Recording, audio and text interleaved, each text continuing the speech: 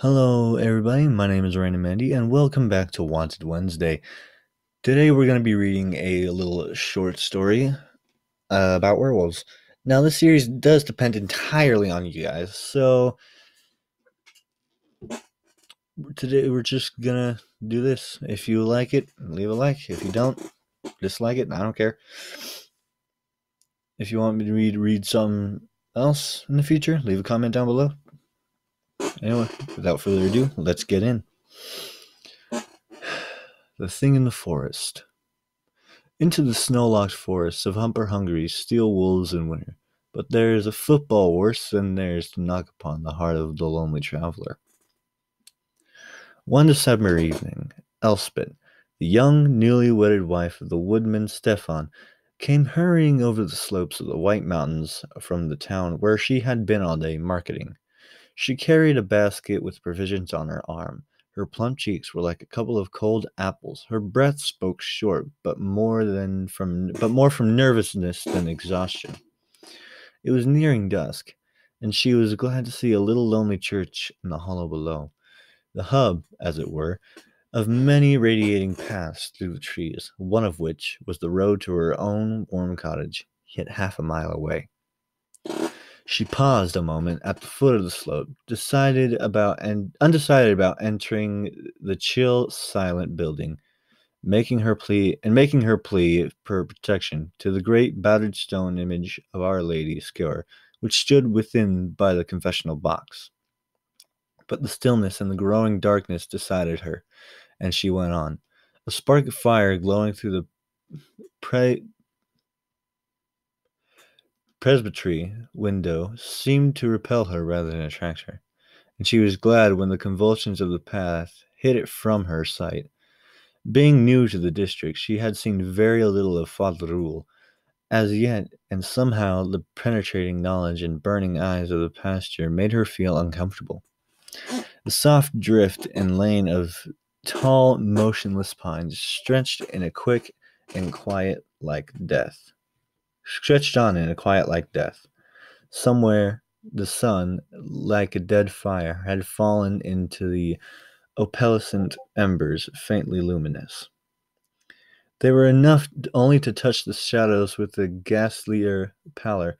It was so still that the light crunch in the snow of the girl's own footfalls trod on her heart like a desecration. Suddenly, there was something near her that had not been before.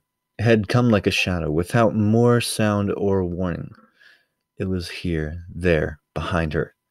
She turned in a mortal panic and saw a wolf. With a strangled cry and trembling limbs, she strove to hurry on her way, and always she knew.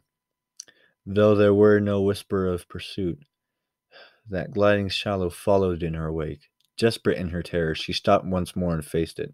A wolf. Was it a wolf? Oh, who could doubt it?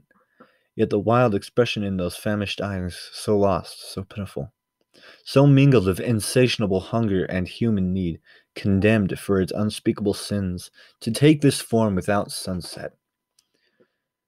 To take this form with sunset, and so howl and snuffle about the doors of men until the blessed day release it.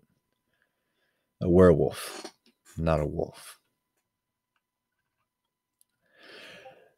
The terrific realization of the truth smote the girl as with a knife out of the darkness. For an instant she came near fainting, and then a low moan broke into her heart and flooded it with pity. So lost and infinitely hopeless and so pitiful. Yes, in spite of all, so pitiful. It had sinned beyond any sinning that her innocence knew or her experience could gauge.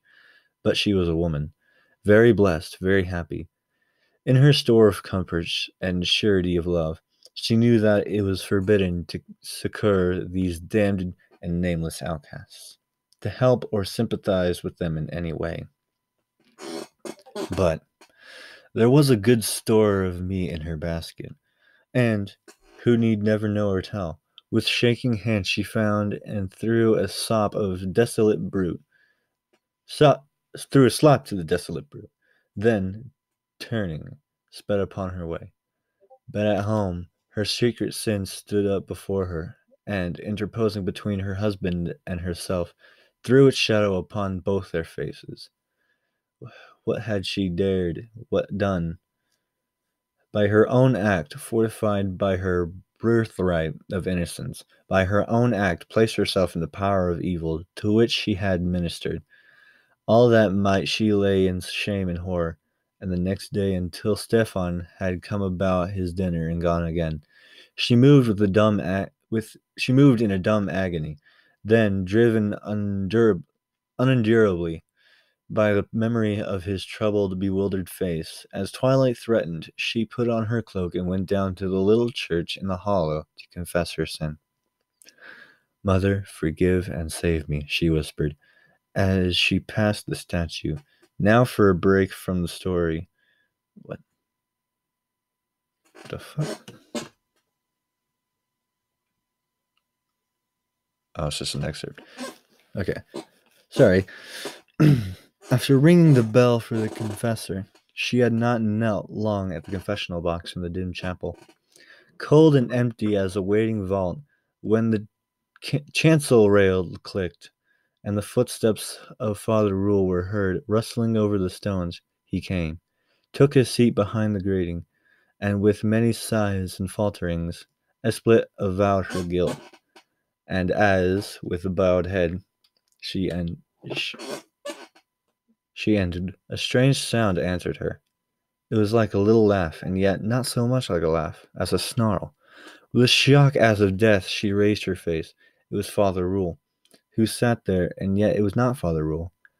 In that time of twilight, his face was already changing, narrowing, becoming wolfish. The eyes rounded and the jaw slavered. She gasped and shrunk back, and at that, barking and snapping at the grating with a wicked look, he dropped, and she heard him coming. Sheer horror lent her wings. With a scream, she sprang to her feet and fled. Her cloak caught in something. There was a wrench and a crash. Like a flood, oblivion overswept her. It was the old deaf and near senile Sarkisian who had found them lying there. The woman unhurt, but insensible, the priest crushed out of life by the fall of the ancient statue. Long tottering to its collapse, she recovered for her part. For his, no one knows where he lies buried. But there were dark stories of a baying pack that night, and of an empty, blood-stained pavement when they came to seek for the body. That was a pretty good tale. Sorry that I couldn't really read it that right. Yeah, I need to work on my reading skills bad. Anyway, I hope you enjoyed that little short tale. I certainly did. If you want another one, leave a comment down below. And as always, I will see all you later. Peace!